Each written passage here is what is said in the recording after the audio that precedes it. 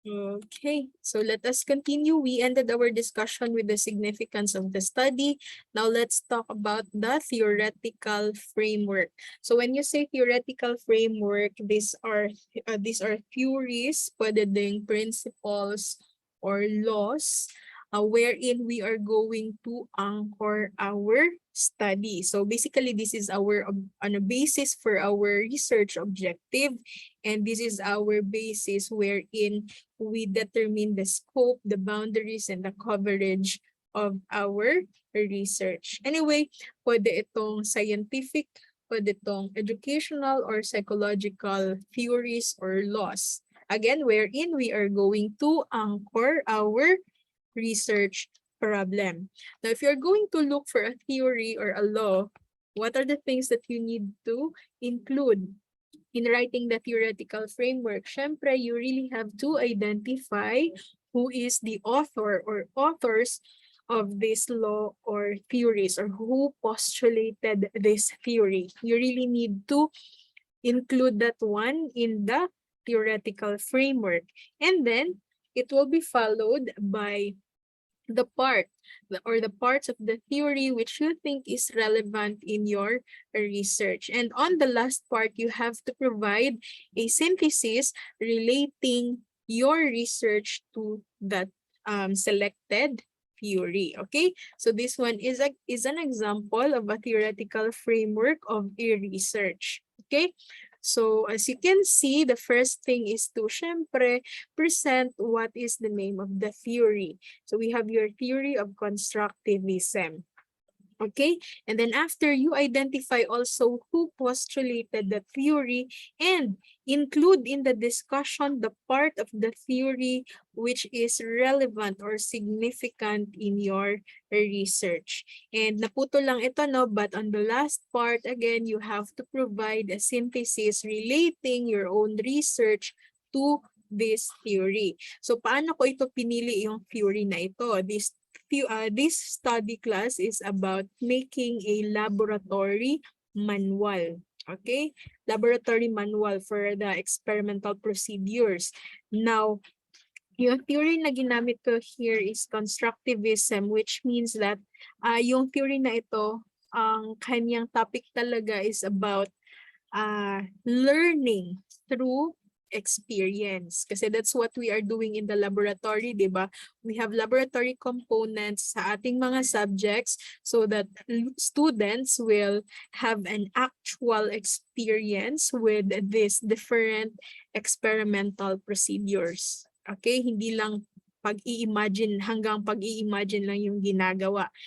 Okay? So since that is the topic, yan din yung napili ko na theory where I anchored my study. Okay? So, hindi ko isa-isahin discuss yung mga available theories or laws, no? Kasi masyadong marami sa psychology, sa education na part, and even scientific na laws. So, ang kailangan yung gawin is to really study your own research. You have to understand what your research is all about and look for theories na wherein related siya sa study ninyo, na pwede nyong maging background na ito yung study ko kasi sabi ng theory na ito makaka-learn ang mga students through experience. Okay? So depende siya sa study. Now let us have more examples of a theoretical framework. Let me present to you finished studies from the previous batches. Okay, so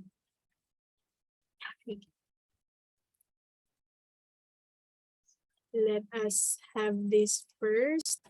So example, this is a medtech study from the previous batch. We have medical fake news and fear mongering during the COVID-19 pandemic, the impact on the vaccine confidence among millennials. So if we are going to look at their title, we can immediately identify what their study is all about. They want to know if this medical fake news affect the decision of the respondents, the millennials, in getting the vaccine.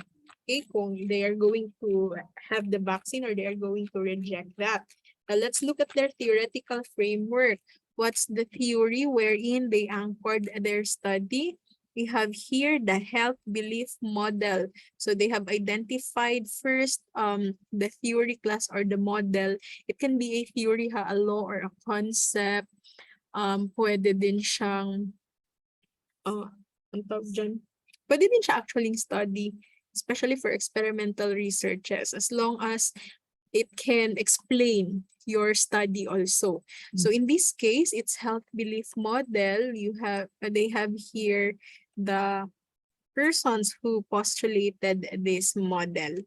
And then on the succeeding paragraph, we can read the part of the theory which is relevant sa kanilang research. So nakalagay dito, if we are going to really read everything, nakalagay dito na sa health belief model, merong mga things or mga beliefs yung isang individual that would affect his or her decision on getting or availing a certain health service or not. Okay, so mga health-related behaviors itong sa health belief model. So definitely, kung titingnan natin sa baba, it is really related sa study nila kasi nga itong mga medical fake news, ang kanilang hypothesis would really affect the confidence of the millennials in getting vaccinated. Kaya sa last part, they have this synthesis that the theory could explain the change in the behaviors of the individuals to the decisions in accepting or rejecting the vaccine. Okay? So, yung sa theory class, that theory is not really talking about fake news or it's not really talking about getting vaccinated, but the theory or the model just presented that there are things na pinapaniwalaan ng mga individuals that can really affect their decision of getting these health services or not. So yan din yung gagawin ninyo with your research. Study your research first and then look for available theories class wherein we can really relate it sa study ninyo. Okay? And then sa last part, again, please present a synthesis explaining how this theory is really related to your research. Okay? After presenting the part of the theory na talagang relevant sa study ninyo. Okay? So again, kayo yung maghahanap nito.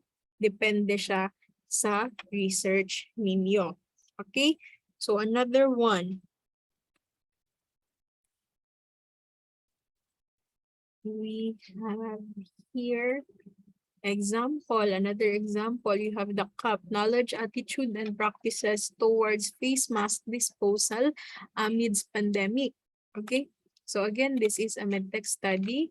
And as you can see, they want to know the knowledge, the attitude, and the practices of the residents of General Santos City sa pagtapon ng face mask. Now, let's look at their theoretical framework kung anong theory yung ginamit nila in this research. So ito yung theory naman nila, theory of planned behavior.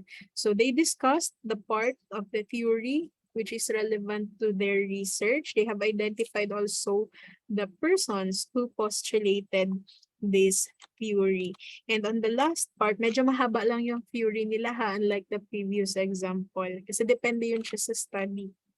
Okay, kung maraming part sa study yung talagang related talaga sa research ninyo, then include that. But please do not do copy-pasting. Please paraphrase and please explain really in detail the theory itself. Okay, so I'm not really that familiar with the theory of planned behavior, but let us look at this. Theory of planned behavior is applied to showcase relationships between knowledge, attitude, and practices. Okay? Nauna lang yung synthesis nila. No? Ano bang meron sa theory of planned behavior? Wait.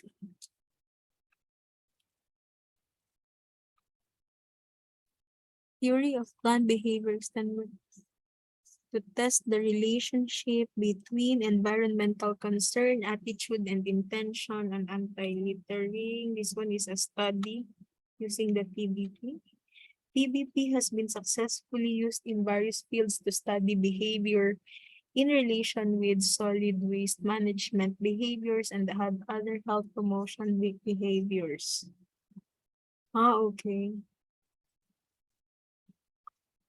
Okay, so most likely this theory of planned behavior has something to do with the behavior of a person and then ang attitude niya and yung pag-practice niya for environmental concerns. So this is more on environmental concerns and meron siyang effect on health.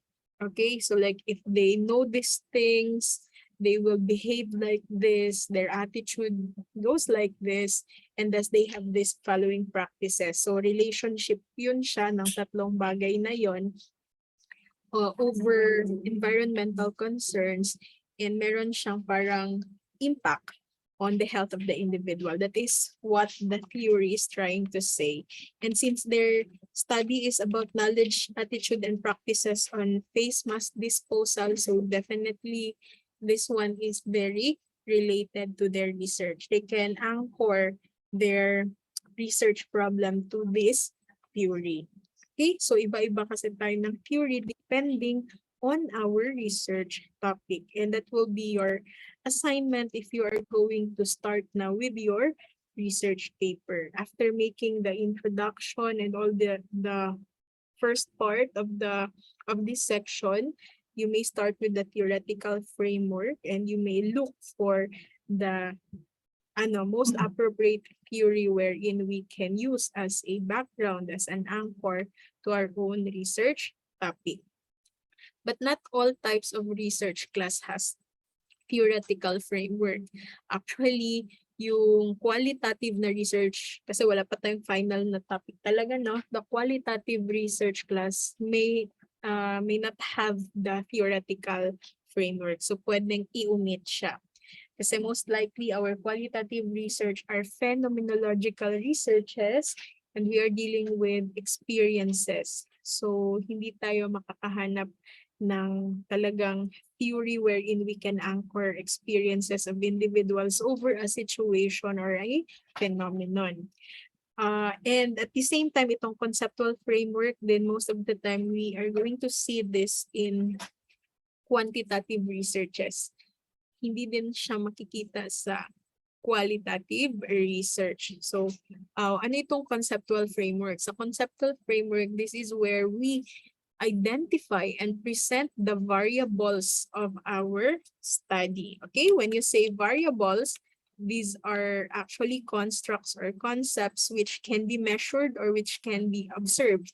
Okay, and in research, we have at least two variables. The most common ones are the independent and the dependent variables. So as you can see, here is the diagram depicting the relationship between the two. We have here the independent variables, which can also be called the predictor variable, because manipulating or controlling this type of variable class can lead to a certain change or an effect to another one. Okay, that is why we label it also as presumed cause. Okay, it can cause a change or an effect to another variable. Okay, so the one that is affected, the one na pwedeng mag-change or can be measured, or we call that outcome, is the dependent variable. Okay, so outcome ito outcome ito, and this one is the presumed cause. These two are the most common variables in our study. Pero meron pa tayong other variables. We'll have to identify them later. Okay, but let's talk first about the IV and the DV. Again, independent variable is the one that will that is presumed to cause a change or an effect to another variables. That's why, again, it is called predictor variable. And then the DV is the outcome. Okay, so this one will change as a result to the manipulation or yung pagkocontrol natin doon sa independent variable. Other name for our dependent variable is criterion variable. Okay, before we'll go on sa moderating variable, let's have an exercise for your participation this morning.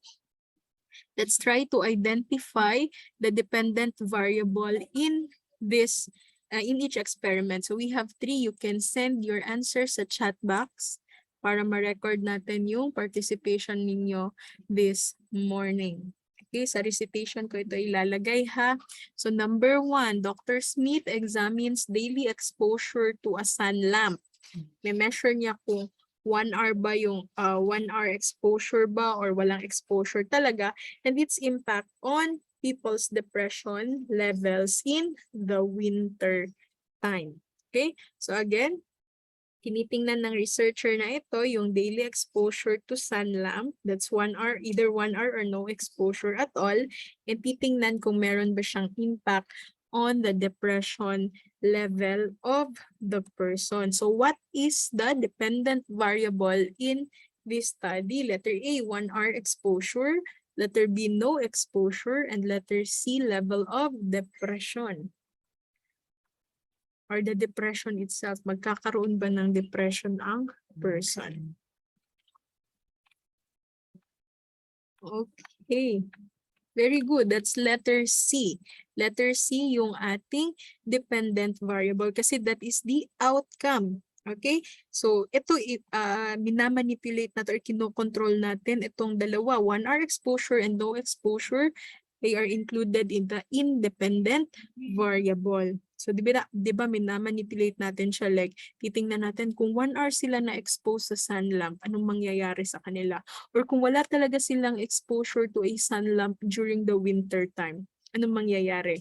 So, yung outcome na yun yung depression na mini-measure or chine-check. Meaning, siya yung dependent variable. Okay, very good. So, number 2, does age of the child influence when children can learn to read? So again, which is the dependent variable? Yung age ba ng child or yung level of reading? So what do you think is the dependent variable? Okay, sige. Okay, very good. It's letter B, level of reading. Kasi what we are trying to control here is yung age of the child. This is the predictor variable.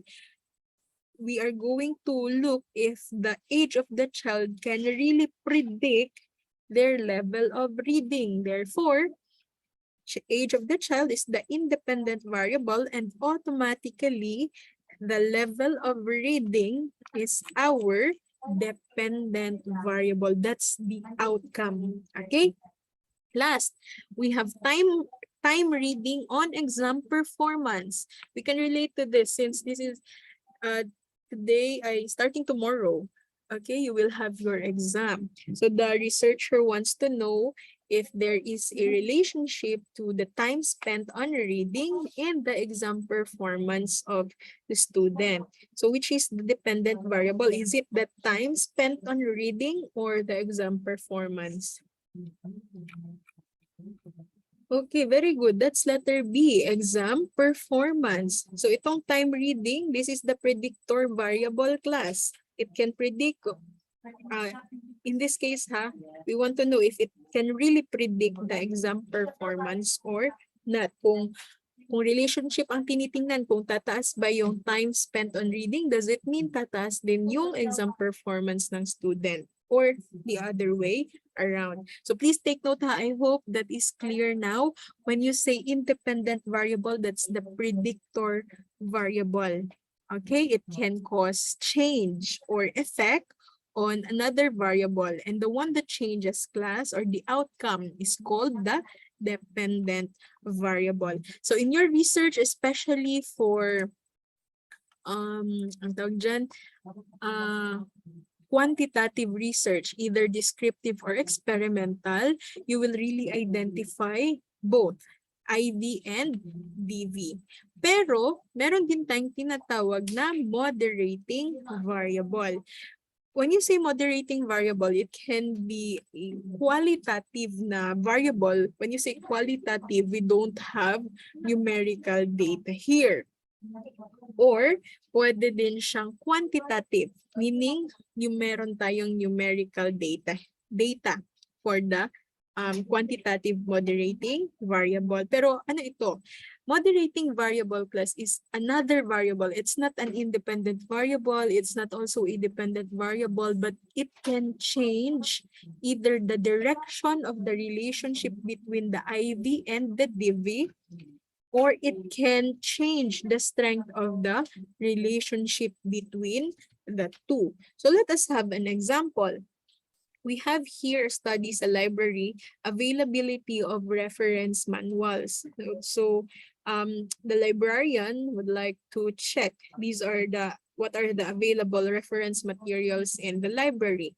And then after that, gusto niyang i-check yung number of rejects. So ito yung mga available reference manuals, and then ito yung number of rejects. That's the dependent variable. So kung ganito lang kasi yung conceptual framework natin, okay lang naman yon. Madadetermine pa rin natin yung kanilang relationship, the IV and the DV. But if we're going to look at it deeply, we can see na, oh, there is another variable that would affect the number of rejects. Ito yung mga available reference manuals, and then ito yung mga number of rejects. May isang variable na mag-a-affect nito. And we have here the additional interest and inclination. So siguro kaya maraming rejects kasi kahit maraming available reference manual, pero hindi naman pala yun yung interest or yung inclination ng readers, kaya nagkaroon ng maraming rejects. So again, moderating variable is another variable that can affect the relationship or yung strength or yung outcome talaga ng iyong dependent variables. So other examples of moderating variables we have here, ito yung ginagawa nyo ngayon, hours of study. That's the independent variable, predictor variable natin to. Tapos, titingnan natin yung hours of study class, yung effect niyan sa exam score. So, dependent variable si exam score. Pwede din siyang diretso lang na you will get the relationship between the two. If tataas ba yung hours of study, does it mean tataas din yung exam score ng student? Pero, let's have another variable here that we can actually think na it will really affect the relationship between the two, and that is the IQ.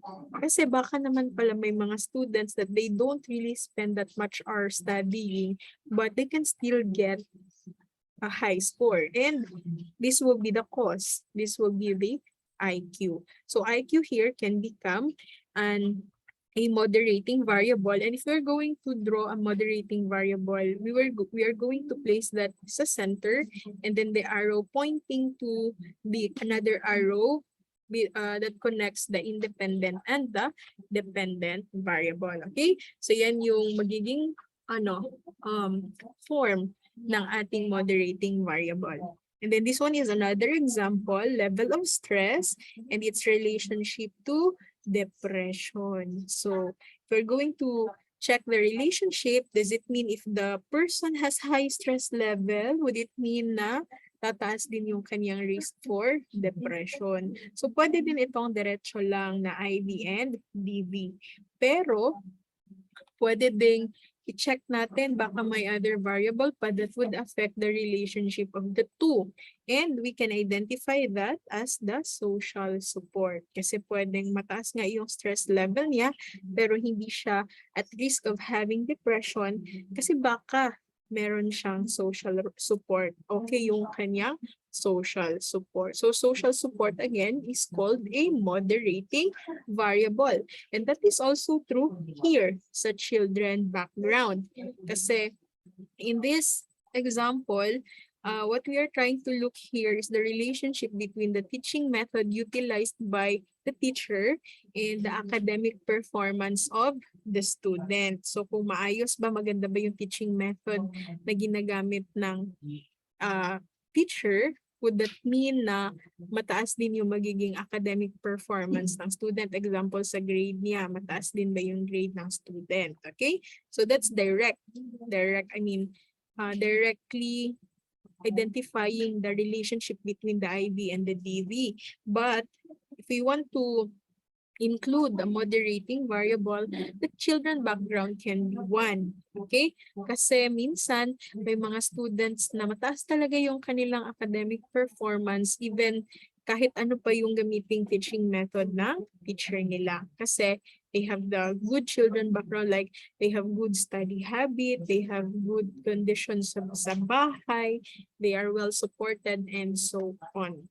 Okay, so again, moderating variables class can affect the relationship, the strength and the direction of the relationship between IB and DV. Okay, so let us have an example of an actual paper with a conceptual framework. So that will be after the theoretical framework, huh? So we have here the conceptual framework, but in this study, they only have the independent variable and the dependent variable. Okay? So actually, hindi ito na ano talaga, okay, na-edit. Pero ang kailangan lang talaga natin dito ay isang straight na arrow. No need na lagyan pa ng mga art. Arrow lang talaga. You have the same size for the box. Siyempre, mauuna talaga si independent variable connected to the independent variable with an arrow. So the arrow is pointing to the dependent variable because remember, this is our outcome. Okay? So marami yung independent variables nila dito, the knowledge, the attitude, and as well as the demographic profile. And then yung dependent variable nila is yung practices. Okay? Kasi they want to know the relationship, whether kung mataas ba yung knowledge ng residents about face mask disposal, would that mean they also practice that? Okay? Kung direct relationship or mataas lang yung knowledge nila pero hindi naman pala talaga nila pina-practice. So yun yung gusto nilang malaman dito. As well as the attitude and the demographic profile. So yung sa demographic profile naman, example in terms sa age, habang mataas ba yung age ng isang tao, does it mean yung nagpa-practice din sila, in this case, with the face mask disposal, maayos ba yung kanilang face mask disposal, or would age be not a predictor variable? So yun yung chine-check nila dito. So lahat independent variables yan. Practices lang talaga yung kanilang outcome variable. So you really have to have a diagram for that, for the conceptual framework. But aside from that, you please look at the textual presentation. You also have to explain what is in your figure. Okay? Sige. So that's theoretical and conceptual framework. Again, for qualitative research, no need na tayo for the conceptual framework. Okay? The next part, and this will be the last part kasi I'll have my separate discussion for the review of related literature and studies. We have the scope and the limitation. So let me go back to my original slide. And let's see what scope and the limitations is. So this one is the section wherein we are going to set the boundaries of our research. We are going to set class the coverage of our research. Okay, so what are these things that we need to include in our scope and the limitations? We will be starting with the general objective of our study. And if you have noticed, there are a lot of sections in the introduction wherein we really have to state the objective of our research. Paulit-ulit talaga natin yan siyang state. Starting with the introduction, last part of the introduction should include the general purpose or general objective of your study. The SOP starts with it also. And now, in the scope and delimitation, you really have to restate the general purpose or the general objective of your research. That's the first one. And then you have to include the topics. You have to be specific with the topics that you are going to discuss in your research. You have to include that in your scope and delimitation so that the readers will know na ito lang pala yung topic ng research na ito. Hindi na pala kasali yung ibang things. Okay? And then aside from that, you also have to be specific with the local of your study. When you say local of your study, where are you going to conduct your research? So for example, your respondents are residents of General Santos City. So definitely, you will be doing your research there. Only Gensan. Davao City is not included. Sarangani province is not included. We have to be specific with that. That is why it is called scope and delimitations. Okay? And you also have to be specific with the population or your respondents. So when you say you are going to conduct your study in General Santos City, you have to be specific. Would that mean all the residents of General Santos City, or are you going to select? Example, from the previous study, they just had the millennials as their respondents. So, kailangan specific yun. Pero kung gusto mo lahat, residents of General Santos City, wala namang problema yun. Kasi yun talaga ang nire-require ng study mo. There are just cases na we have to be specific. Okay? So, millennials lang yun sa kanila. Pero hindi mga studies na Gensan yung kanilang local, but they just want to include residents coming from Barangay Kalumpang, Barangay Labangal. Okay? So, pwede din naman yon as the need arises in your research. Okay? But we have to be specific with that. And aside from that, the period of the study. So, this is about the time frame of the study, specifically the time wherein you're going to gather your data. Okay, so let us have an example of a scope and delimitation. As you can see, we started with the general purpose or the general objective of the study, followed by the things that you're going to discuss in your research, the topics included in the research. And then you have here the respondents of the study. This one is specific. Actually, graduates of BS Pharmacy lang siya. And then actually, na-include din dito yung research instrument that the researcher used for the research. Pero pwede din namang wala kasi we will be having that one in the methodology section. But again, the respondents are properly identified and the place, the local of the study is also identified here. It's GSDMSFI. And lastly, you have the specific time frame. Okay, so again, the specific time frame class is the time wherein you are going to gather your data. Remember, class, this first semester, you will just be making your paper. You are not going to gather your data. So, wala akong makikita sa time frame, sa scope and delimitation. Dapat na like September to December.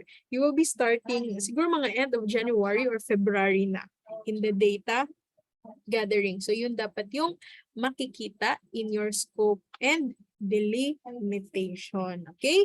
So actually, that's the end of my discussion for chapter 3. Hanggang doon lang yung coverage ng ating exam. Though the next part, review of related literatures and studies, still included in the introduction. Pero let's just have a separate discussion for that. Okay? Another example before we'll end, we have here the scope and delimitation of this completed study from the MedTech department. So as you can see, parehas lang yung structure. They started with the objective of their study, okay? And the other things that they needed to discuss in their research. And then they have here the respondents of their research, okay? They are very specific, adult residents only, aged 18 years old and above. And they only have specific barangay where they are going to conduct their research. That's Barangay Kalumpang. They actually also included what research instrument they used in their research, and that is using a questionnaire. Okay? And lastly, again, we have here the research local and also the time frame, the period of the study. Okay?